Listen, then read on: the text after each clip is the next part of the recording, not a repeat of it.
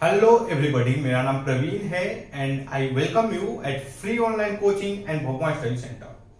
Guys, इस video lecture में मैं आपके साथ बेसिक मैथमेटिक्स को डिस्कस करूंगा और ये हमारा इस सीरीज का 9th लेक्चर है।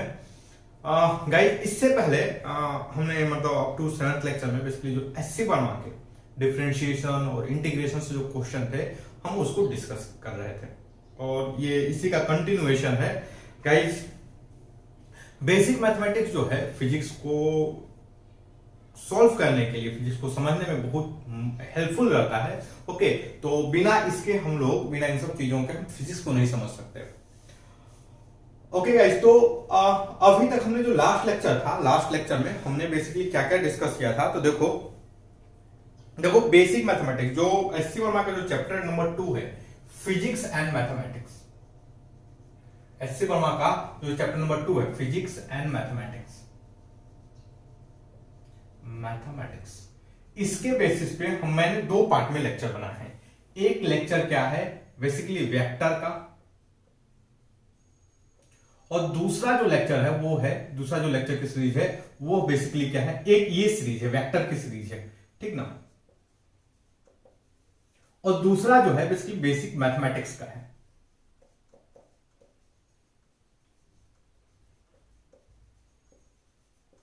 दूसरा क्या है, बेसिक मैथमेटिक्स का। तो गाइस, अगर आप ध्यान से देखोगे तो इसमें मेरे अप्रोक्सीमेटली 24 लेक्चर है। मेरे को एक बार चेक करना पड़ेगा, 24 लेक्चर है। ओके, और इसमें देखो ये 9th लेक्चर, अभी एटलीस्ट 1-2 लेक्चर और रहेंगे, 1 लेक्चर 2 लेक्चर और रहेंगे। तो आप टोटल नंबर ऑफ लेक्चर देखोगे ना, तो आप जो ऑफलाइन कोचिंग करते हो, जो भी आप देखना, मेरे लेक्चर के जो ड्यूरेशन होते हैं अप्रोक्सीमेटली 1 आवर के आसपास का होते हैं। ओके, तो आप लोग जो ऑफलाइन कोचिंग करते हो उसमें जो पढ़ाते हैं उनसे क्वालिटी वाइज, और आप देखो एक्चुअली क्वालिटी वाइज बहुत मतलब उनसे खराब नहीं है। ओके, बहुत बढ़िया भी नहीं बोलूंगा, लेकिन खराब नहीं है, आपको ऑलमोस्ट सेम क्वालिटी मिलेगी। जो लेवल ऑफ क्वेश्चंस हैं, तो हम लोग बेसिकली वर्मा जी को फॉलो करता हूं मैं, और आपको तो देखोगे वेक्टर वगैरह में डीसी पांडे वगैरह को भी फॉलो करते हैं, लेकिन हर चीज को या बोर्ड पे करवाना थोड़ा मुश्किल होता है। तो मैं प्लानिंग कर रहा हूँ कि जो उसके लिए, जैसे जो बुक्स है हमारी standard book like DC Pandey हो गया, प्रैक्टिस के लिए इसमें नंबर ऑफ क्वेश्चन ज्यादा होते हैं, समझ रहे हो, प्रैक्टिस के लिए। तो उसके लिए मैं अलग से वीडियो बनाऊंगा बेसिकली। ओके, तो आपको ह्यूज नंबर ऑफ क्वेश्चंस मिलेंगे। तो गाइज, आपको करना क्या है, आपको मुझे सपोर्ट करना है। मुझे कैसे सपोर्ट करोगे, मुझे सपोर्ट आप कर सकते हो, मुझे आप सपोर्ट कर सकते हो मेरे वीडियो को लाइक करके। आपके जो भी फ्रेंड्स हैं, अगर एक ही फ्रेंड हैं जिनको आप जानते हो, तो उनके बीच में मेरे चैनल को रिकमेंड करके कि भाई आप इस वीडियो को देखो, इस चैनल को देखो, बहुत बढ़िया है। ओके, और इससे आपको फायदा क्या होगा, आपको फायदा ये होगा कि जो आपके बाबूजी हैं उनके पैसे बचेंगे। ओके, कोचिंग वाले आपसे एटलीस्ट कोई भी ऑफलाइन कोचिंग हो, ऑनलाइन कोचिंग हो, वो मिनिमम 30,000 रुपए के लिए मुंह खोले रहते हैं। ओके, तो वो पैसे आपके बचेंगे और आई डोंट थिंक यह एक खराब डील है। ओके, तो गाइस, जरा लोग जो है free online coaching for JEE and NEET, इसको शेयर करें वीडियो को, और चैनल को सब्सक्राइब करें, फिर दोस्तों के बीच में फैलाएं। एक्चुअली कोई मेरे वीडियो को देखता भी नहीं है, व्यूज बहुत कम रहते हैं। चलो, तो सबसे पहले हमने क्या किया था, बेसिक मैथमेटिक्स के ये जो 9th लेक्चर है। ओके, 10 तो आराम से हो जाएगा, 10 तो कोई डाउट नहीं, आराम से हो जाएगा। तो ह्यूज नंबर ऑफ लेक्चर्स हैं, पूरी कंप्लीट वीडियो है, समझ रहे हो। हमारी कोई ऑफलाइन कोचिंग नहीं है कि हम उसका प्रचार वगैरह करने के लिए इस पे आए हैं, वीडियो बनाए। कंप्लीट कोर्स, ना ही हमारा कोई दूसरा ऑनलाइन प्लेटफॉर्म है, ना ही हमारी कोई ऐसी प्लानिंग है ऐसा कुछ करने की। तो देखो, हमने कहीं देखो जो अप टू लेक्चर 9th में क्या क्या डिस्कस किया था। तो 9th लेक्चर में हमने एक्सरसाइज के क्वेश्चन सॉल्व किए थे। एक्सरसाइज के question number 24, 25 and 26, in questions को डिस्कस किया था। उसके बाद जो वर्कआउट एग्जांपल है, वर्कआउट एग्जांपल के question number 14, question number 14, workout example के क्वेश्चन नंबर 14, इन चीजों को हमने ना, अब जो हमारा लेक्चर नंबर 8 था, उसमें 8 और 7 हमने इन सब चीजों को डिस्कस किया था गाइस। अब आज के वीडियो लेक्चर में हम लोग क्या करने वाले हैं, मैं कुछ देखो, मैं जो बुक के अंदर देखो एससी वर्मा को आप विजुलाइज करोगे तो एससी वर्मा में 3 टाइप के क्वेश्चंस, मतलब जो ऑब्जेक्टिव को छोड़ दो, ऑब्जेक्टिव को, ट्रू एंड फॉल्स को, इन सब चीजों को छोड़ दो तो एससी वर्मा में 3 टाइप के क्वेश्चन है। एक क्वेश्चन क्या है, एक एग्जाम्पल है। एग्जाम्पल बेसिकली कहां होता है, तो मान लो उन्होंने कोई कॉन्सेप्ट सिखाया, तुरंत उसका एक क्वेश्चन दे दिए, तो वो बेसिकली एग्जाम्पल हो गए, एग्जाम्पल के क्वेश्चन है। दूसरा क्या है, एक वर्कआउट एग्जाम्पल है, ओके,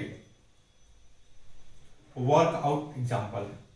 तीसरा क्या है भाई, तीसरा जो है ये है आपका एक्सरसाइज,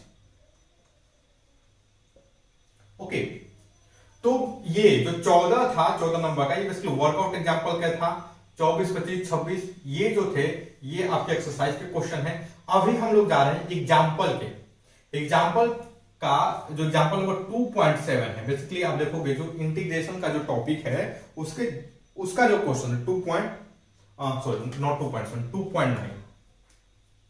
एग्जाम्पल नंबर 2.9 हम इसको डिस्कस करेंगे, ओके।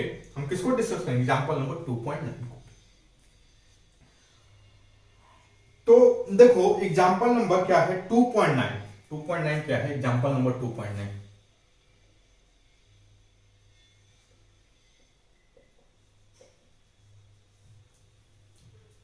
वह क्या है, वो ये है, हमें इवेल्युएट करना है। हमें क्या करना है, इवेल्युएट करना है। इवेल्युएट किसको करना है, तो इसको, ये इंटीग्रेशन का साइन है, नाक जैसा दिखता है, ओके।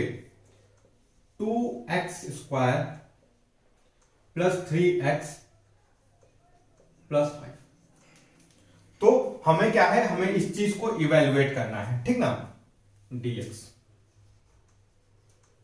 तो चलो सबसे पहले इसका हम मतलब समझते हैं। देखो गाइस, ये इक्वेशन होगा कैसे, ये किस टाइप का इक्वेशन होगी, या कुछ इस टाइप का इक्वेशन होगा,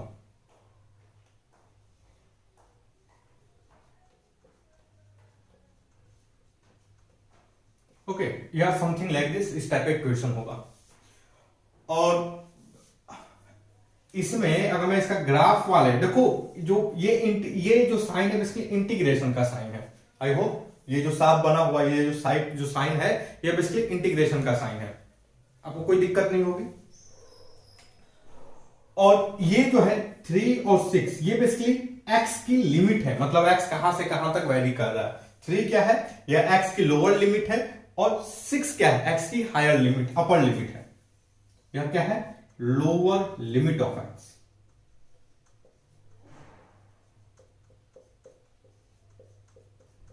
ओके। यह क्या है, upper limit of x। I hope आपको कोई दिक्कत नहीं होगा इन सब चीजों को, ओके। आप कई बार इस टाइप की चीजें देख चुके हो।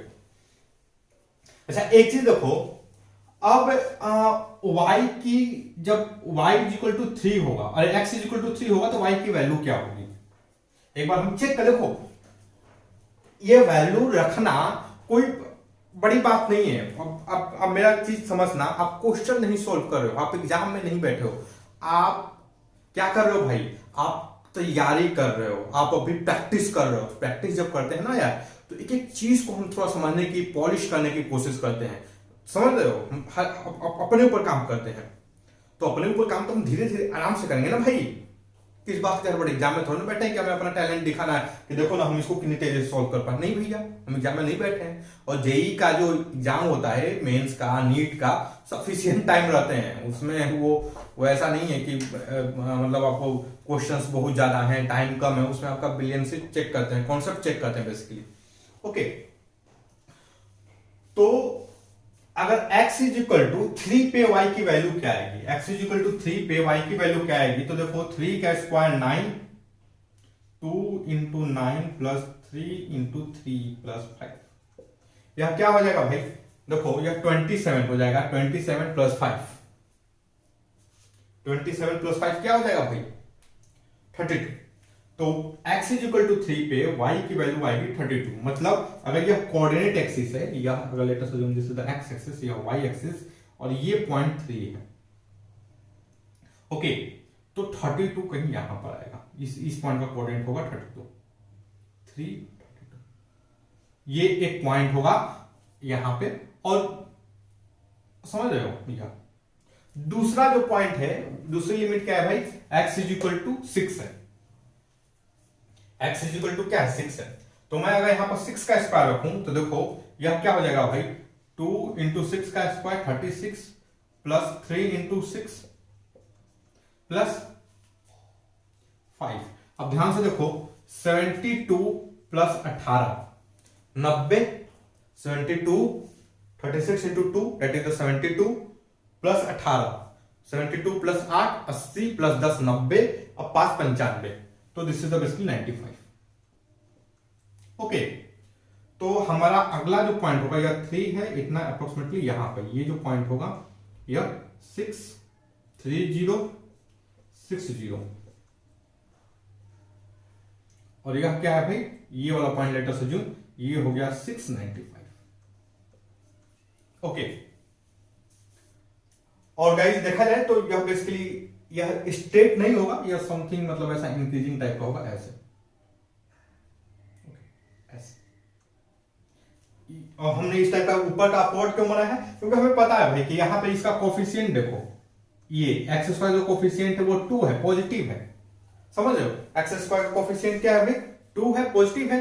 हमें इसका ग्राफ तो पता है भाई, इसका ग्राफ कैसे होता है, ओके, क्लास 10 पॉलिनोमियल पढ़े, तो माउथ अपवर्ड होगा, तो समथिंग लाइक इस तरीके से इसका ग्राफ बनेगा। ओके, तो अब बेसिकली इंटीग्रेशन जो हमने यहां पर जो साइन लगाया है, जो हमने यहां पर इस तरीके से जो इक्वेशन लिखा था 2x square plus 3x plus 5, देखो इस इक्वेशन का मतलब क्या है वो चीज समझोगे ना तो बड़ा आसानी रहेगी चीजों को। 3 5 3 6, ओके, तो बेसिकली क्या करना है भाई, इसको हमें बेसिकली इसका ये वैल्यू कैलकुलेट करना है। तो हम देखते हैं ये वैल्यू क्या देता, क्या है, ये जो वैल्यू है बेसिकली ये वाला एरिया देगा, ये जो मैं एरिया जो मार्क कर रहा हूं वो बेसिकली ये वाला एरिया देगा, ओके, ये वाला एरिया देगा।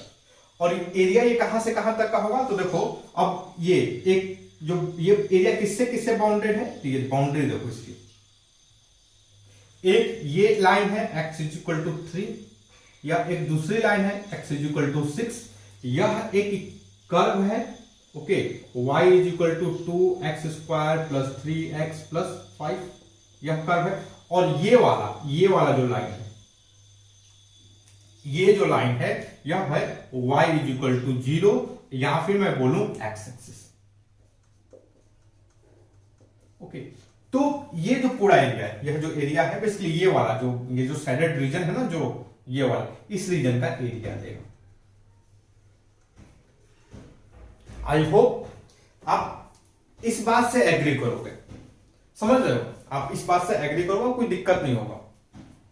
हाँ, अब ये एरिया देता कैसे है, ये एरिया देता कैसे, तो ये क्या करता है, ये जो एरिया को छोटे छोटे पार्ट में डिवाइड कर देता है। ये देखो, ये छोटे छोटे पार्ट, इनफाइनाइट नंबर छोटे छोटे पार्ट में डिवाइड कर देता है, समझ लो, इनफाइनाइट नंबर छोटे छोटे पार्ट में। जैसे मान लो यह A1 है, यह A इनफाइनाइट है, तो यह क्या करता है बेसिकली सभी को ऐड कर देता है, A1 प्लस A2 प्लस इस तरह करते करते A इनफाइनाइट को, और सभी को ऐड करता है।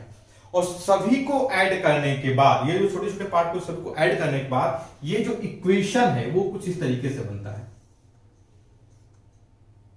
वो इक्वेशन कुछ इस तरीके, अगर यह y है, this is y is equal to, तो यह कुछ इस तरीके से बनता है y dx, ओके। हाँ, ये इक्वेशन का कन्वर्जन कैसे होता है ये हमने नहीं पढ़ा है, बिकॉज आपको थोड़ी सी मैथमेटिक्स जाननी पड़ेगी, आपको थोड़ा सा समेशन जानना पड़ेगा, थोड़ा सा ज्यादा आइडेंटिटी के बारे में जानना पड़ेगा, ओके। तो हम बेसिकली ये कन्वर्जन कैसे होता है हम इसको नहीं जानते, नहीं पढ़े हैं। और हम जब आप 11th में रहोगे तो आप थोड़ा सा इन सब चीजों के बारे में पढ़ोगे और 12th में देखोगे जो आप 11th का कॉन्सेप्ट है वो कैसे 12th में मैथमेटिक्स में यूज किए हो, समझ रहे हो। तो हम इसके बारे में ये कैसे कन्वर्ट करता है हम इसको नहीं पढ़े, लेकिन हमें पता है कि बेसिकली इंटीग्रेशन जो है देता कैसे, छोटे छोटे पीस एरिया को ऐड कर देता है, समझ रहे हो। तो यह भी कहावत है कि जहां पर एडिशन होता है ना, कहावत क्या है कि जहां पे एडिशन होता है वहां पर हम इंटीग्रेट कर देते हैं। काफी हद तक सही कहावत है ये, समझ रहे हो, काफी हद तक क्या है ये सही। जहां पर भी कंटिन्यूअस एडिशन होता है, कंटिन्यूअस एडिशन क्या होता है, छोटे छोटे पार्ट का जब एडिशन जो होता है, ओके, तो हम उसको इंटीग्रेट कर देते हैं उस चीज को आंसर लाने के लिए। तो ये बेसिक जो सेंस है, this is the sense of integration. तो देखो अब यहां पर ये 3 का मतलब क्या है, 6 का मतलब क्या है, ये इक्वेशन क्या है, dx क्या है, हमने इन सब चीजों को बारे में देखो। dx क्या है, छोटे छोटे एरिया का, ये देखो ध्यान से देखो, यह बेसिकली एक वैल्यू है और ये छोटा सा ये लेंथ है, ध्यान से देखो ये x पे। देखो आप कैसे इसको समझ सकते हो, एक मिनट रुक जाओ, मैं थोड़ा सा देखो यह कैसे एरिया है, ये एरिया कैसे आप इसको कैसे समझोगे। देखो मान लो y is equal to x, मान लो यहां पर कोई है, एक ये पॉइंट है, समझ लो, ये वाला जो पॉइंट है, ये वाला पॉइंट कुछ भी, तो अब इस पॉइंट पे y की वैल्यू क्या आएगी, यही आएगी, समझ लो, y की वैल्यू क्या आएगी, यही आएगी, आपको कोई दिक्कत नहीं। अब देखो और dx क्या होगा, लेट अस अज्यूम dx, इसका छोटा सा पार्ट यहां पर है dx, इस पे भी y की वैल्यू, अब देखो ये वाला लेंथ ध्यान से देना, और प्लस ये dx, यही y है ना भाई, यह y प्लस dx, यह बेसिकली देगा क्या, ये वाला लेंथ इंटू ये वाला लेंथ। अब ध्यान से देखना, ये वाला लेंथ प्लस ये, यह भाई यह क्या देगा, ये y और dx, y dx क्या देगा, एरिया देगा कि नहीं, समझ रहे हो, यह एरिया देगा कि नहीं, y dx एरिया देगा कि नहीं, भाई यह एरिया ही देगा, y dx क्या देगा, y dx क्या देगा, एरिया देगा, समझ रहे हो, रेक्टेंगल का एरिया है भाई, आप इसको इस तरीके से बना सकते हो, ओके। y dx क्या देगा, y इंटू dx प्लस की एरिया, भाई ये रेक्टेंगल है तो इसका एरिया यही होगा। तो जो मैं बोला छोटा एरिया है वो बेसिकली इस तरीके से आप इमेजिन कर सकते हो, छोटा सा है, ठीक ना। लेकिन हाँ अभी आपको ये कन्वर्जन एग्जैक्टली किस तरीके से हुआ है वो थोड़ा सा आपके स्कोप से बाहर है, लेकिन आप यहां से फील ले सकते हो, यू कैन फील दिस, इसको आप क्या कर सकते हो, फील कर सकते हो। y dx बेसिकली क्या है, y और dx, ठीक ना, y dx है। अब यहां पर x की वैल्यू कहां से कहां तक वेरी कर रही है, 3 से लेकर 6 तक, देखो ये है, ये दिस इज, इस रीजन में x की वैल्यू क्या कर रही है, वेरी कर रही है, समझ रहे हो। यह y dx एरिया किस तरीके से देता है। चलो तो अब हमें क्या करना है, हमें अब इसको इंटीग्रेट करते हैं, इंटीग्रेट करेंगे तो यह हमारा क्या आएगा, यह आएगा, देखो अब हमें इसको इंटीग्रेट करना है तो हमें भाई रूल ऑफ इंटीग्रेशन का यूज करना पड़ेगा। हमें क्या यूज करना पड़ेगा, रूल ऑफ इंटीग्रेशन का। तो रूल ऑफ इंटीग्रेशन के हिसाब से हमें दो चीज का यूज करना पड़ेगा। देखो इसको इंटीग्रेट करने के लिए हमें क्या क्या यूज करना पड़ेगा। पहला चीज, मैं एक काम करता हूं, इस एरिया को थोड़ा सा क्लीन करता हूं, ठीक है। तो रूल हमें क्या यूज करना पड़ेगा भाई, हमें यूज करना है टेबल नंबर 2.2। वर्मा जी का जो टेबल नंबर 2.2 है उसको यूज करना है। और क्या यूज करना है भाई, हमें यूज करना है rule of integration, rule of integration.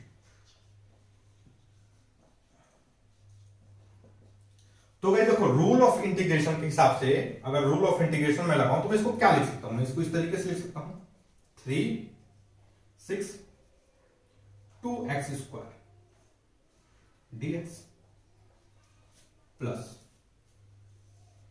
3 lower limit 6 upper limit 3x dx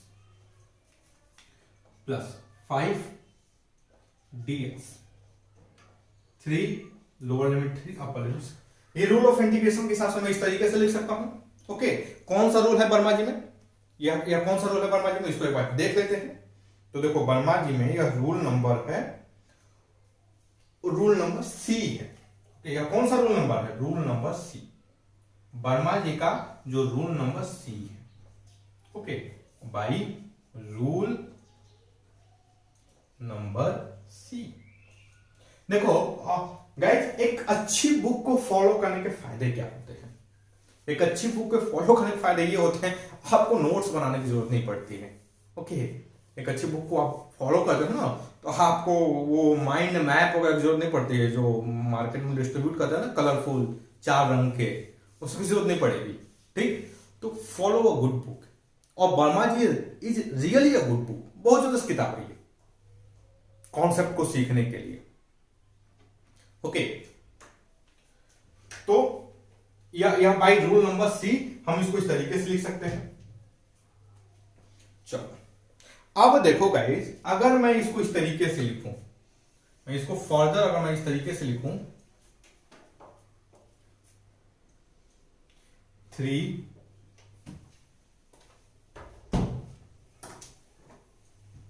3 6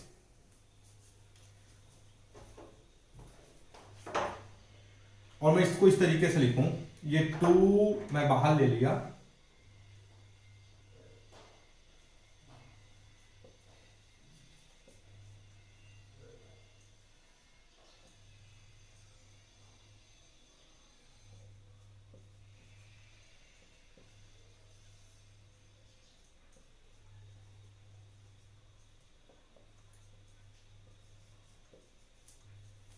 because यह कांस्टेंट है तो कोई फर्क नहीं पड़ता, हम बाहर निकाल लें। ओके, अब गाइस देखो, इसका मैं टेबल नंबर 2.2 की मदद से मैं इसका डिफरेंशिएशन इंटीग्रेशन कर लेता हूं।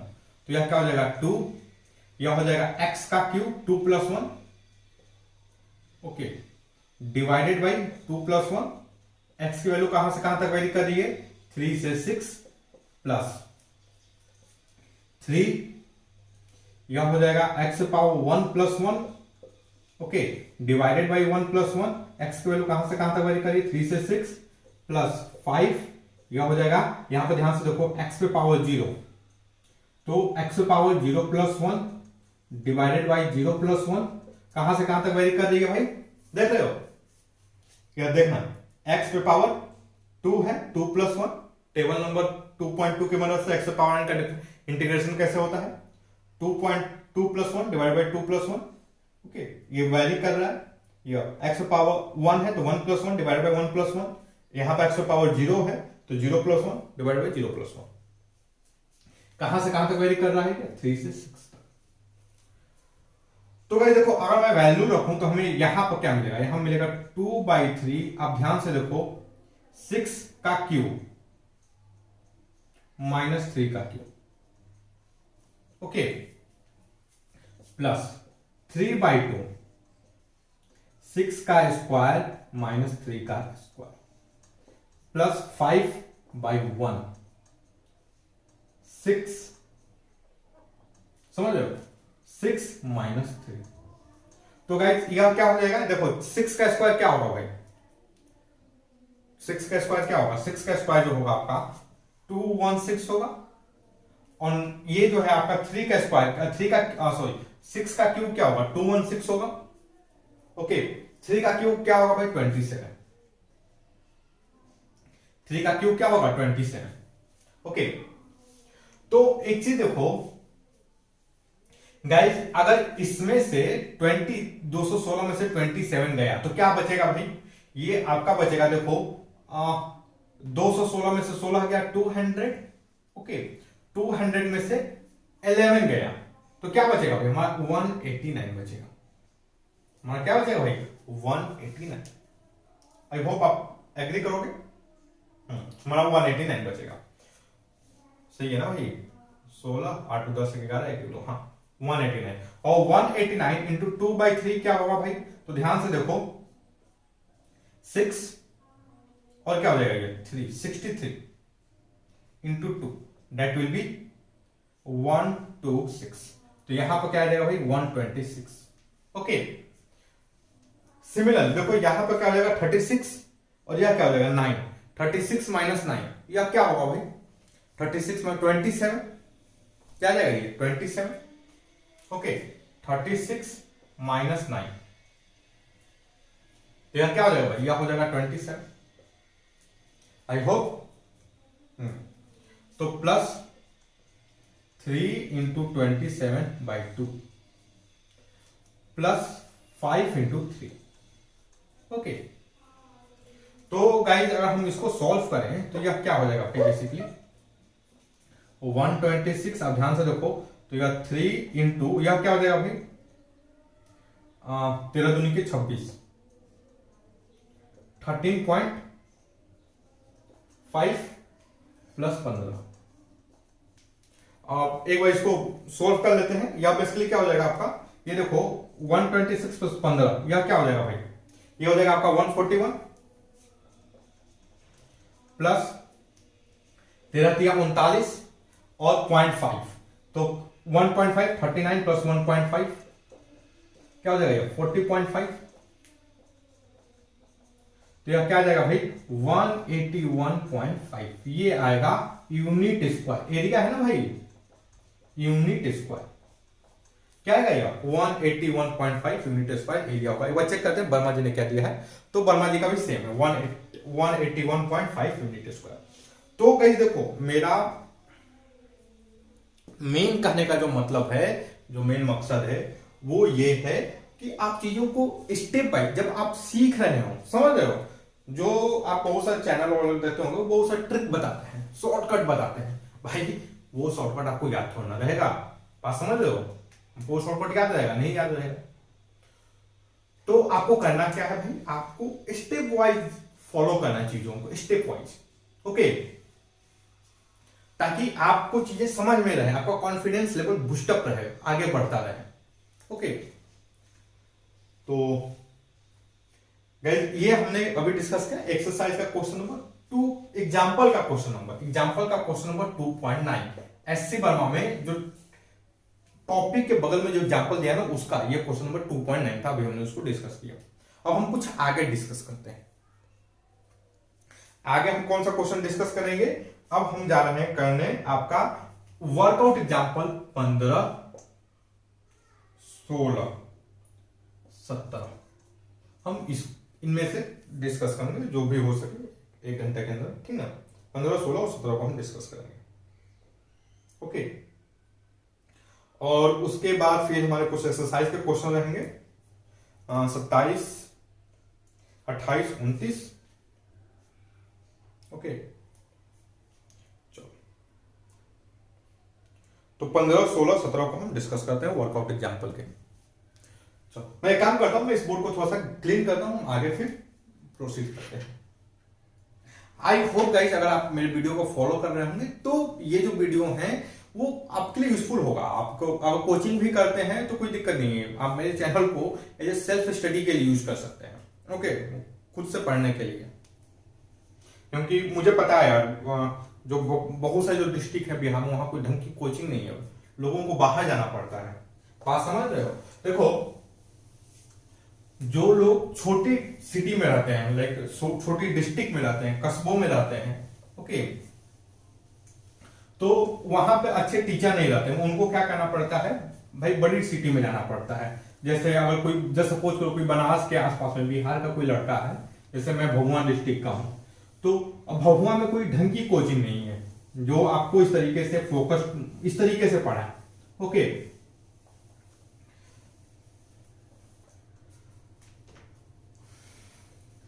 तो लड़के क्या करते हैं, लड़के जो जाते हैं वो दूसरी सिटी में जाते हैं, लाइक जो मेरे जो मतलब मेरा जो पूर्वांचल वाला एरिया है वहां से लड़के बनारस जाते हैं, बनारस में कोचिंग है बहुत सारी। तो अब देखो वो कोचिंग की जो भी फीस है वो अप्रोक्सीमेटली 1 लाख रुपीज के आसपास में है। ओके 10,000 20,000 आगे पीछे कर दो तो वो ऑलमोस्ट अप्रोक्सीमेटली 1 लाख के आसपास में। मैं खराब कोचिंग की बात कर रहा हूँ, जो बड़ी बड़ी कोचिंग है जिनका रिजल्ट बहुत बढ़िया रहता है उनका फीस तो बहुत ज्यादा रहता है।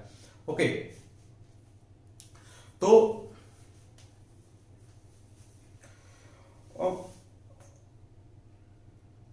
प्लस आप वहां पर शिफ्ट हो गए, शिफ्ट होने के बाद आप क्या करोगे भाई, आपको रहने का खाने का अलग से पैसे 5,000 रुपए से कम में कोई रह खा नहीं सकता मिनिमम। अब पीजी में रहोगे तब भी 5,000 रुपए एटलीस्ट लगेंगे। ओके, तो यार आज के टाइम में जो पढ़ना जो है ना बहुत कॉस्टली अफेयर हो चुका है। ये हमारी छोटी सी प्रयास है, छोटी सी कोशिश है आपकी जिंदगी को स्मूथ बनाने के लिए, और मैं ये सेम चीज मैं आपसे एक्सपेक्ट करता हूं। ओके, कि आप भी हमें सपोर्ट करेंगे, हमें प्यार देंगे, हमारे चैनल को अपने फ्रेंड्स के बीच में अगर आप देख रहे हैं तो इसको शेयर करेंगे। ओके गाइस, और अभी फिलहाल में जो भी एजुकेशन जिस तरीके से चल रहा है ना, कोचिंग जो लूट मची हुई है, देखो हमारे साथ हमारा जो एजुकेशन है उसमें दो दिक्कत है। एक पहला चीज तो हमारा जो एजुकेशन का जो सिस्टम है, जो पॉलिसी है, अभी उसको चेंज करने की जरूरत है। न्यू एजुकेशन पॉलिसी आई है, लेकिन उसके लिए जो कॉलेज हैं, जो स्कूल हैं, उनके पास इंफ्रास्ट्रक्चर नहीं है। ओके, बढ़िया कॉलेज कुछ ही है। तो भाई चलो ठीक है, ऐसे बहुत सारे इश्यूज हैं जिस पर हम डिस्कस करेंगे, तो आपका बहुत ज्यादा टाइम जो है खराब होगा। हम लोग क्वेश्चन पर डिस्कस करते हैं, ओके, जो हम कर सकते हैं। चलो, तो अभी हम लोग क्या करेंगे, जो वर्कआउट एग्जाम्पल है, वर्कआउट एग्जाम्पल का क्वेश्चन नंबर 15 को हम डिस्कस करेंगे। वर्कआउट एग्जाम्पल जो वर्मा जी में वर्कआउट एग्जाम्पल दिया हुआ है, ओके, उसका 15 नंबर का जो क्वेश्चन है उसको हम डिस्कस करेंगे। क्वेश्चन क्या है, इवेलुएट करना है A sine omega T D T. कहां से कहां तक, तो टाइम का जो वेरिएशन है वो 0 से लेकर टी तक है। और इसके साथ यह बगल में क्या लिखा है, where a and omega are constant.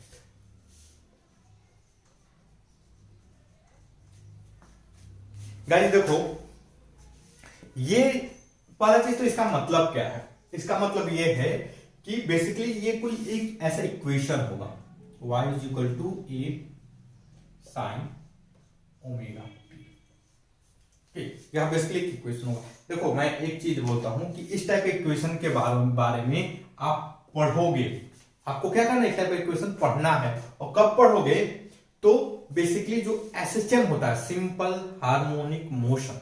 Okay, आप इस टाइप के इक्वेशन के बारे में कहां पढ़ोगे, तो आप पढ़ोगे सिंपल हार्मोनिक मोशन के बारे में, एसएचएम।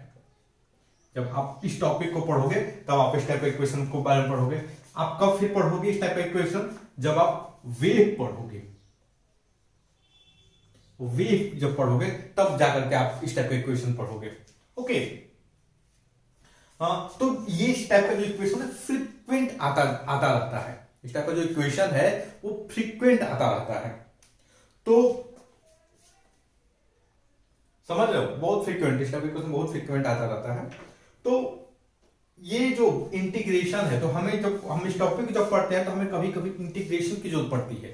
क्यों पड़ेगी, कब पड़ेगी, ये जब आप मोशन वगैरह पढ़ लोगे, इसका मतलब क्या है, तब आपको पता चलेगा कि हम इसको इंटीग्रेट कब करते हैं। समझ रहे हो, अभी फॉर द टाइम बिंग आप ये के मान के चलो, this is the basically equation, और यह एक इंपॉर्टेंट इक्वेशन है। दिस इज द इक्वेशन और यह एक इंपॉर्टेंट इक्वेशन है। ओके, तो इसको कहां से कहां तक इंटीग्रेट करना है, हाँ यहां पर इसमें लिमिट लिखी हुई है। देखो ये इंटीग्रेशन में ये लिमिट लिखी हुई है, यह लोअर लिमिट है, यह अपर लिमिट है। समझ रहे हो, तो देखो इसका मतलब क्या है कि अगर देखो इसका मतलब क्या है कि यहां पर कोई एक ग्राफ होगा, यहां पर कोई एक ग्राफ बनेगा इस इक्वेशन का, और जिसका लोवेस्ट वैल्यू है x इज इक्वल टू 0। तो x इज इक्वल टू 0 पे साइन की वैल्यू क्या होती है भाई, साइन की वैल्यू 0 होगी, तो यह 0 0 एक पॉइंट होगा इस इक्वेशन पे। 0 0 मतलब ये इसका जो ग्राफ है वो 0 0 से पास करें। ओके, मान लो यह कोई एक टाइम है, यहां पर कोई एक टाइम है, टाइम टी पे इसकी यह भाई टाइम टी को मैं यही लिख देता हूं, यही। तो भाई इस तरीके से इसका कुछ एक ग्राफ बनेगा। हमें दो ही पॉइंट पता है, ये दो पॉइंट हमने पता कर लिया, तो बेसिकली इस टाइप का ग्राफ बनेगा। ओके, एग्जैक्ट ग्राफ नहीं है, लेकिन इतना सही, इतना जरूर है कि हमें जो समझना है समझ जाएंगे। इस टाइप का कोई ग्राफ बनेगा। ओके। और इस पॉइंट का जो कोऑर्डिनेट है, इस पॉइंट का कोऑर्डिनेट हुआ क्या होगा, T A sine omega T.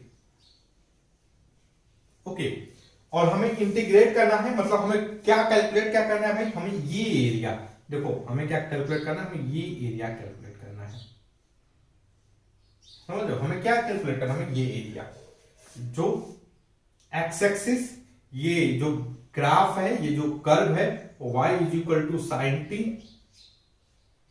Sine omega t, और x is equal to 0, okay, और x is equal to t. इनके बीच में जो है ये जो शेडेड एरिया है, जो डार्क किया गया है, इनके बीच के एरिया का हमें जो स्पेस है उसका एरिया निकालना, बेसिकली इसका ये मतलब है। ओके, और ये एरिया, ये इंडिविजुअल एरिया है, इसको हम बेसिकली ऐड करते जाएंगे। और गाइस आई होप आप जो इससे पहले एग्जांपल नंबर 2.9 देखे होंगे, जो हमने अभी जो 2.9 का जो क्वेश्चन सॉल्व किया था। ओके, तो a साइन ओमेगा टी हो गया।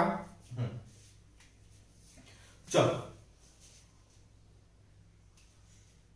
अब हमें इसको इंटीग्रेट करने के लिए, अब हमें क्या करना है, इसको इंटीग्रेट करना है, तो हमने पहले तो इसका मतलब समझ लिया, ये बेसिकली देगा क्या। दूसरी चीज अब हम क्या करने वाले हैं, अब हम दो चीज की मदद लेंगे। एक क्या लेंगे भाई, एक रूल ऑफ इंटीग्रेशन,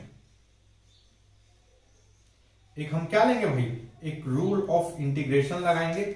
और दूसरा क्या करेंगे, भाई हम दूसरा हम क्या करेंगे, हम टेबल नंबर 2.5 लगाएंगे, टेबल नंबर नॉट 2.2। ओके, तो देखो जो रूल ऑफ इंटीग्रेशन देखोगे गाइस, वर्मा जी में जो 3 रूल ऑफ इंटीग्रेशन दिए हुए हैं, ओके, वर्मा जी ने 3 रूल ऑफ इंटीग्रेशन दिया हुआ है। तो मैं इसको क्या लिख सकता हूं, मैं इसको क्या लिख सकता हूं, अगर रूल ऑफ इंटीग्रेशन के हिसाब से लिखा जाए तो जो फर्स्ट रूल है इसके हिसाब से मैं लिख सकता हूं, ए बाहर आ गया 0 से t साइन ओमेगा टी। यह मैंने किसके लिखा, जो पहला रूल ऑफ इंटीग्रेशन है। ओके, जो A rule of integration number A की मदद से हमने लिखा।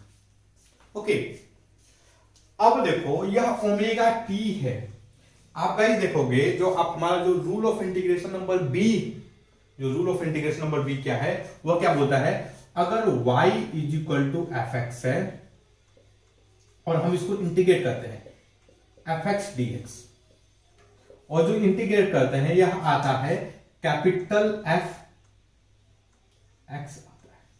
ओके, समझ रहे हो। तो अगर हमें कुछ इस टाइप के फंक्शन को इंटीग्रेट करना पड़े, यहां पर f है और ये cx है, तो इसका जो इंटीग्रेशन होगा वह क्या होगा, यह होगा f cx divided by c। यह क्या है, यह rule of integration number b, यह है b, this is the basically, यह क्या है, ये है बी। तो देखो आप टेबल नंबर 2.2 में देखोगे तो हमें दिया हुआ है भाई साइन टी का integration, sine x sine t D t, इसका इंटीग्रेशन क्या होगा, यह होगा माइनस कॉस टी। समझ रहे हो, यह रूल, यह टेबल नंबर 2.2 की मदद से, टेबल नंबर 2.2 की मदद से this is going to be the integration. लेकिन अब इसमें क्या है, अब इसके साथ देखो यह है ओमेगा लगा हुआ है। ओके, तो हमें इसका इंटीग्रेशन क्या होगा, sign omega T D t. इसका इंटीग्रेशन क्या होगा भाई, इसका इंटीग्रेशन क्या होगा, यह होगा माइनस, यहां पर टी के साथ हम ओमेगा लिखेंगे और इसको डिवाइड कर देंगे ओमेगा से। ओके, तो गाइस देखो हम यहां पे इंटीग्रेट कर रहे हैं, तो हम 1 by omega minus cos omega T. अब टी की वैल्यू कहां से कहां तक वेरी कर रही है भाई, 0 से टी तक, 0 से स्मॉल टी तक। ओके, तो गाइस देखो अगर हम ध्यान से देखोगे तो 1 by omega minus cos omega T. Okay, ध्यान से देखो, माइनस बाहर निकालेगा 1 by omega cos omega T minus cos 0। cos zero की वैल्यू क्या होती है, 1 होती है। मैं इसको इस तरीके से लिख सकता हूं, 1 minus cos omega t by omega. This is the our integration. Okay, step by step अगर हमने फॉलो करें तो गाइस ये हो। ओके, चलो एक बार चेक करते हैं वर्मा ने इसका आंसर क्या निकाला है। ओके, एक चीज देखो ध्यान से, यहां पर ए है ना भाई, ए तो यहां पर रहेगा A. Okay, A by omega 1 minus cos omega. तो सेम आंसर जो हमारा आंसर है वो वर्मा जी का आंसर मैच कर रहा है। और हमारे और वर्मा जी का आंसर में फर्क क्या है कि हम भाई हर एक चीज को, एक एक पॉइंट, एक एक चीज जो लिखे हैं हम समझते हुए लिखे, हम क्यों रहे हैं। आई होप आप मेरी बात को से एग्री कर रहे होगे। हम एक एक चीज को समझते हुए लिखे हैं, स्टेप बाय स्टेप। ओके, चलो बस, तो मैं एक बार इस बोर्ड को क्लीन करता हूं, आगे फर्दर डिस्कस करते हैं। ओके, अब हम क्या करेंगे, अब हम जा रहे हैं क्वेश्चन नंबर 16 को सॉल्व करने। Okay, question number 16।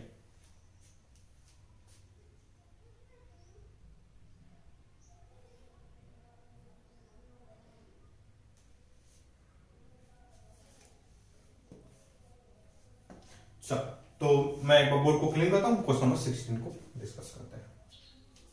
तो देखो क्वेश्चन नंबर 16 क्या है। क्वेश्चन नंबर 16 क्या है, the velocity v and displacement x of a particle executing simple harmonic motion are related as. तो अगेन ये आप, आई होप मैं क्वेश्चन लिख नहीं रहा हूं। ओके, तो क्या बोल रहा है कि जो वेलोसिटी और डिस्प्लेसमेंट में जो रिलेशन है उस पार्टिकल का जो सिंपल हार्मोनिक मोशन कर रहा है वो कुछ इस तरीके से है, v dv by dx is equal to minus omega square. Okay, तो हमें क्या करना है और क्या दिया है, at x is equal to 0 v is equal to क्या है, v नॉट है। Okay, find the velocity v when the displacement, find the velocity v when the displacement become x। हमें क्या करना है, फाइंड करना है, find velocity when displacement, find velocity v when displacement क्या होता है, become x। जब डिस्प्लेसमेंट x हो जाए तो वेलोसिटी बदलेगी। चलो सबसे पहले देखो क्या है, v dv बाई dx। यह क्या है भाई, यह है minus omega square x. Okay,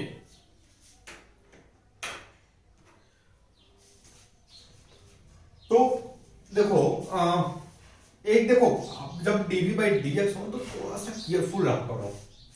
most of the case में अगर हम इसको इधर, मतलब हम इसको ये माने कि डिवाइड किया हुआ है, हम इसको इधर ले जाएं तो दिक्कत नहीं होती, बट ऑलवेज बी केयरफुल। समझ रहे हो, क्योंकि जब आप बड़े हो जाओगे तो आपको नहीं नहीं भैया इसमें दिक्कत हो सकती है। जब बड़े हो जाओगे, आपको एडवांस मैथमेटिक्स पढ़ने का मौका मिलेगा ना, तो आप एक टर्म होता है रियल एनालिसिस। ओके, उसमें कहीं ना कहीं लोचा हो जाता है, तो बी केयरफुल हमेशा। यह एक तरह से देखा तो डिवाइड है, लेकिन be careful. Most of the case में आप 11th 12th में तो कभी कोई दिक्कत नहीं होने वाला, 11th 12th में कभी भी दिक्कत नहीं होने वाला। So v dv is equal to minus omega square x dx। Okay, v dv is equal to minus omega square x dx।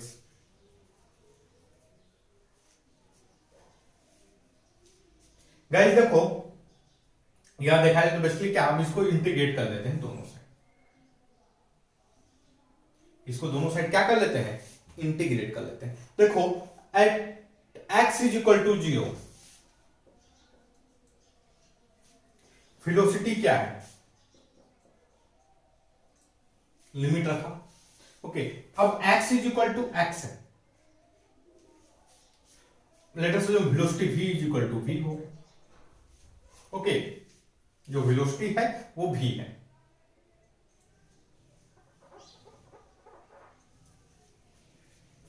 इसको इंटीग्रेट कर दें तो देखो, अगर हम इसको इंटीग्रेट करें तो जब हमारा टेबल नंबर 2.2 है उसके हिसाब से मैं क्या लिखता हूं, v²/2, और यह लिमिट कहां से कहां तक है, v0 this is equal to, यहां पर मैं रूल नंबर 1 जो इंटीग्रेशन का रूल नंबर ए है उसके हिसाब से मैं इसको बाहर निकाल लेता हूं, ओमेगा स्क्वायर, और इसको मैं क्या लिख सकता हूं, बाई टेबल नंबर 2.2 यह हो जाएगा x²,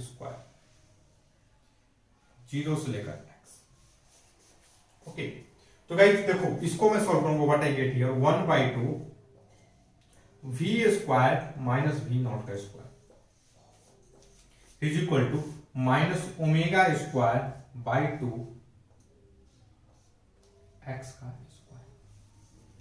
ओके, देखो by 2 कैंसिल हो गया, what I get here v² minus v0² is equal to minus ω² x। So v² is equal to क्या हो जाएगा, v0² minus ω² minus x²। Okay, तो this is the basic velocity. अब मैं v की वैल्यू लिखूं तो v इज इक्वल टू क्या हो जाएगा भाई,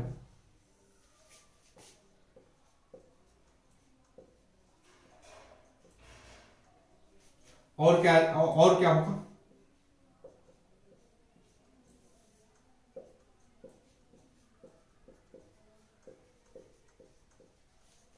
इन्हीं में से दो में से ये होगा यानी ये होगा।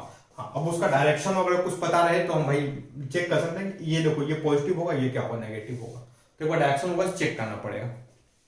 ओके, तो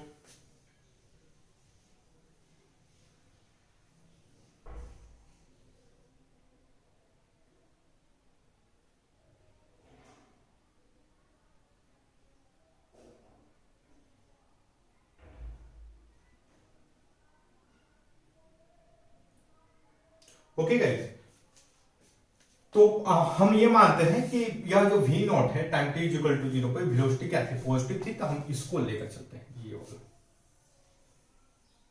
ओके, चलो गाइस देखो वर्मा जी ने एक्सप्लेनेशन में बहुत लंबी लंबी चीजें लिखी हुई हैं, मैं ये सजेस्ट करूंगा आप जाओ उनको पढ़ो, उनको समझने की कोशिश करो। हमने बहुत सारे क्वेश्चन सॉल्व कर लिए हैं, तो मैं इसमें बहुत ज्यादा एक्सप्लेन नहीं किया हूं, और ये लिमिट वगैरह क्यों रखे हैं हम भाई डिस्कस भी कर लिए थे। ओके, चलो गाइस अब जा चलते हैं वर्कआउट एग्जांपल नंबर 17 को डिस्कस करना है। ओके, मैं एक बार इस बोर्ड को क्लीन करता हूं, फिर हम वर्कआउट एग्जांपल 17 को डिस्कस करेंगे।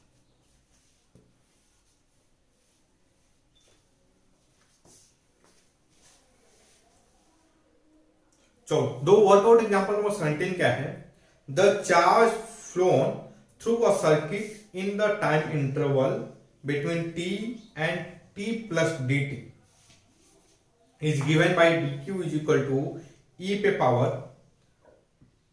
Minus t by tau, okay, dt where tau is a constant. Find the total charge flown through the circuit between t is equal to 0 and t। देखो guys I hope आप question पढ़ोगे।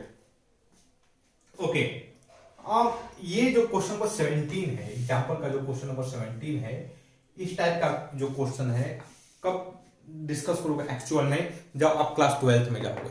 Okay, अब class 12th में जाओगे तो उस time पर आपको करंट के बारे में पढ़ना रहेगा। करंट, तो यह बेसिकली करंट का क्वेश्चन है।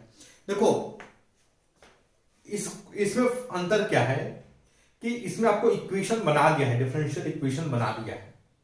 ओके,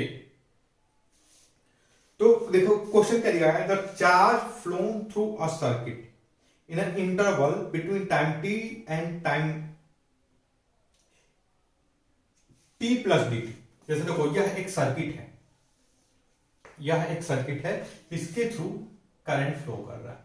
ओके, करंट है तो भाई कुछ चार्ज फ्लो करेगा, तो यह बोलता है कि मान लो यह एक पॉइंट पे, ये एक पॉइंट है, यहां पर एक पॉइंट ले लो, इस पॉइंट पे time t is equal to t पे, मतलब capital t equal to t पे देखा। ओके, और उसके बाद फिर कब देखा, ये time t equal to capital t equal to t plus d t में देखा। तो जो चार्ज फ्लो किया था, जो चार्ज इस पर जो फ्लो था, जो dq चार्ज जो इस पॉइंट के थ्रू पास किया dq, वह dq की वैल्यू क्या थी, dq की जो वैल्यू थी यह थी e पे power minus t divided by tau. Okay, t by tau dt, ये वैल्यू थी। ओके, तो क्वेश्चन में पूछ रहा है कि find the total charge flown through the circuit between t equal to 0। हमें क्या फाइंड करना है, हमें फाइंड करना है टोटल चार्ज। हमें क्या फाइंड करना है, टोटल चार्ज फ्लोन। हमें क्या फाइंड करना भाई, total charge flown through the circuit between time t equal to 0 to time t equal to tau. Okay, time t equal to tau, इसके बीच में कितना चार्ज फ्लो करेगा हमें ये बताना है। तो एक काम करता हूं भाई, मैं इंटीग्रेट कर देता हूं। ओके, देखो टाइम t, यहां पर टाइम t, देखो टाइम t इक्वल टू 0 पर कोई चार्ज होगा भाई, कोई चार्ज नहीं होगा ना, हम तो जस्ट उस पर ध्यान देना स्टार्ट करेंगे तो यह 0 हो जाएगा। ओके,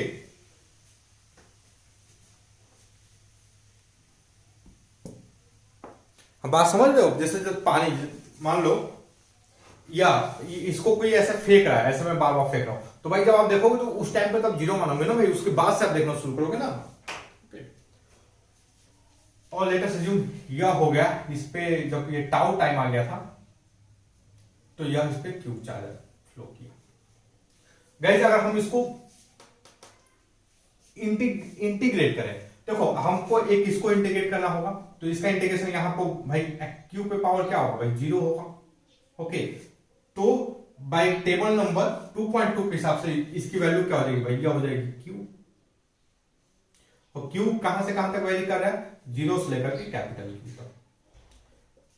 और इस साइड क्या होगा, देखो यह e पे पावर, इसका डिफरेंशिएशन करना है, तो हम अगेन हमें ये पता है e पे पावर x का जो इंटीग्रेशन होता है वो होता है e पे पावर x।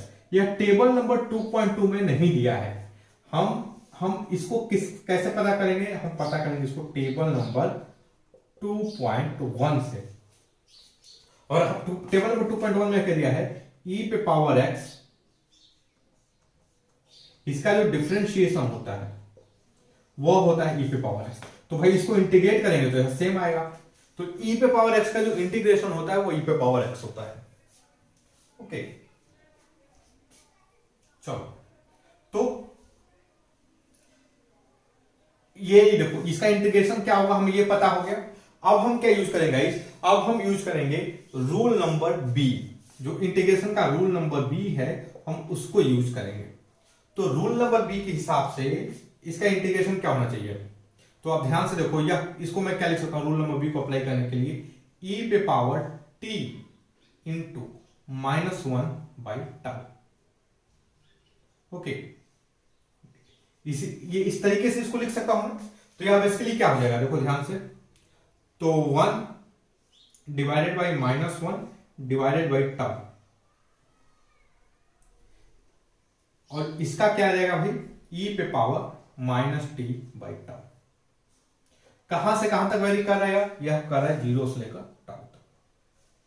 ओके, और यह क्या हो जाएगा भाई, यह हो जाएगा टाउ माइनस टाउ हो जाएगा। आई होप आप इसको सॉल्व कर लिए होगे, ये क्या होगा माइनस टाउ होगा, डिवाइडेड बाई e पे पावर t की जगह पर मैं टाउ रखूं तो -1 माइनस t की जगह पर 0 रखूं तो e पे पावर 0।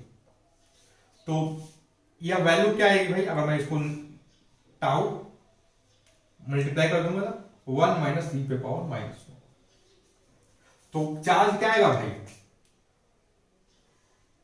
टाउ 1 माइनस e पे पावर -1। ओके, चलो, तो गाइस एक बार चेक करते हैं कि वर्मा जी ने इसका आंसर क्या दिया है।